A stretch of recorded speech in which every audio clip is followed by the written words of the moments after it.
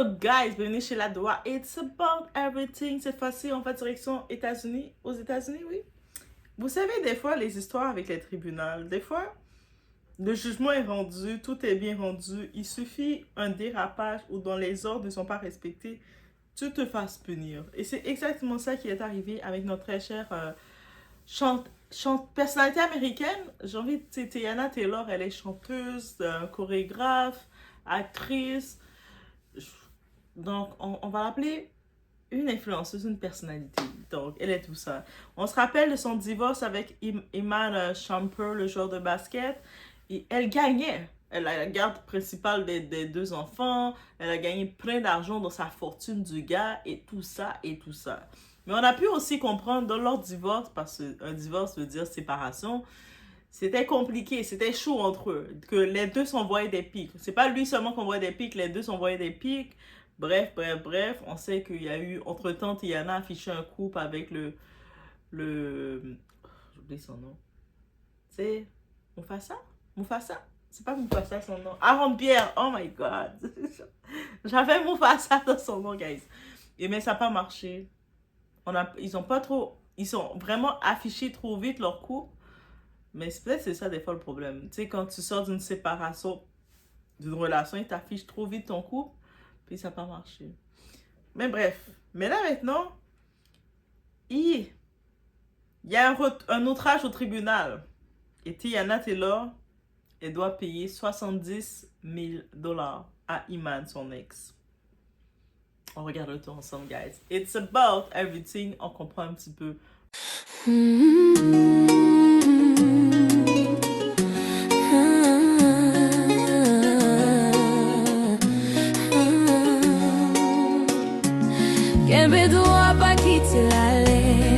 Donc, on peut comprendre, il y a des nouvelles tensions judiciaires entre Teyana Taylor et Iman Shumpert.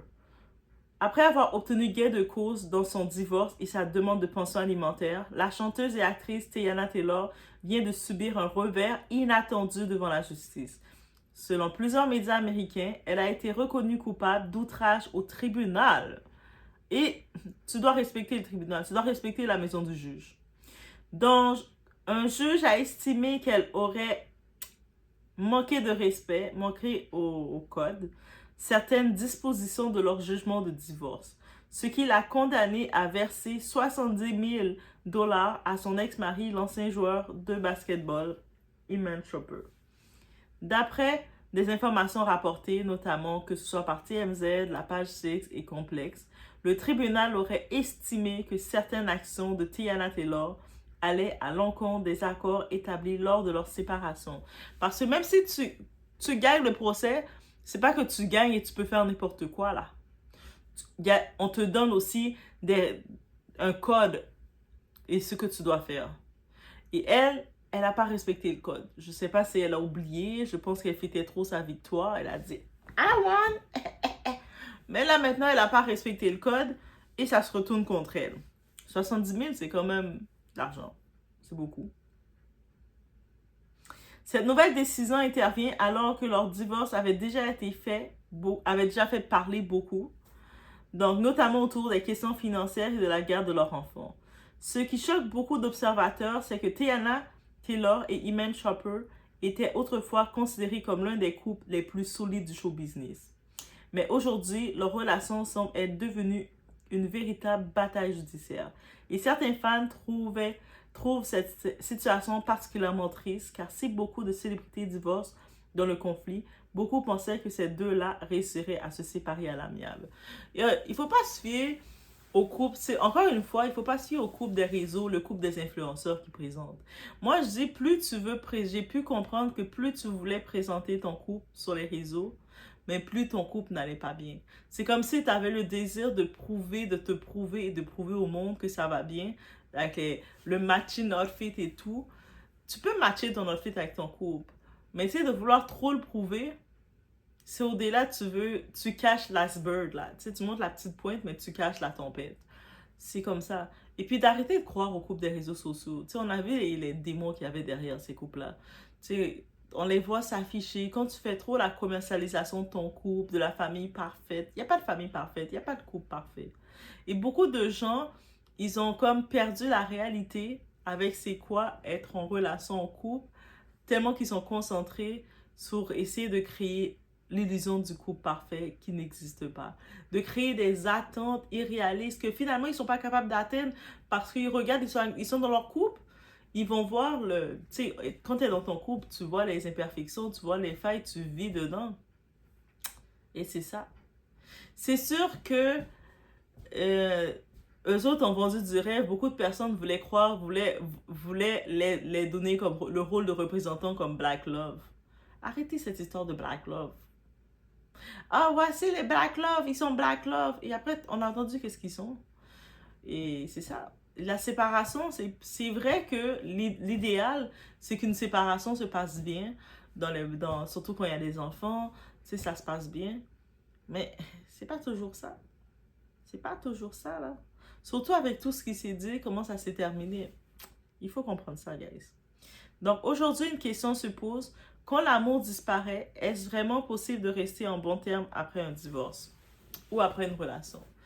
Moi, je dis que ça dépend encore.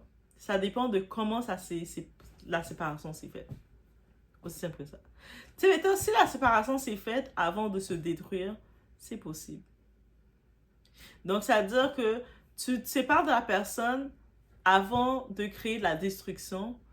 Mais là, vous êtes conscient, vous étiez deux personnes conscientes que, tu sais quoi, mieux vaut se séparer avant de se détruire. Ça, c'est la meilleure façon pour dire que plus tard, tu vas être une bonne relation avec ton ex. C'est pour ça qu'il y a beaucoup d'ex qui continuent de se parler et d'être en bonne relation l'un envers l'autre parce qu'ils ne se sont pas détruits lors de la séparation.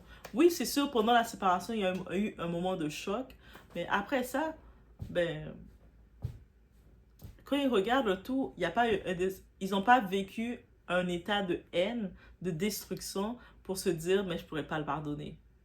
Et c'est là la différence.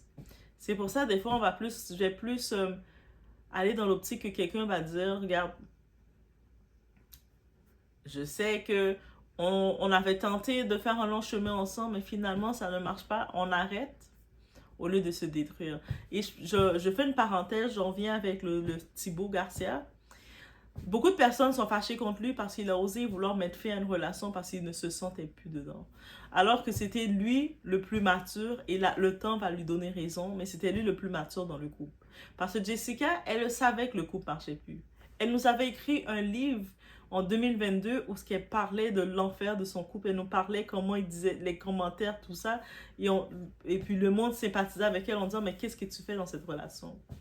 Mais elle pensait quand même, fake it till you make it. Tu sais, montre le faux, vis dans le faux, prouve le faux, jusqu'à ce que ça finisse par devenir vrai.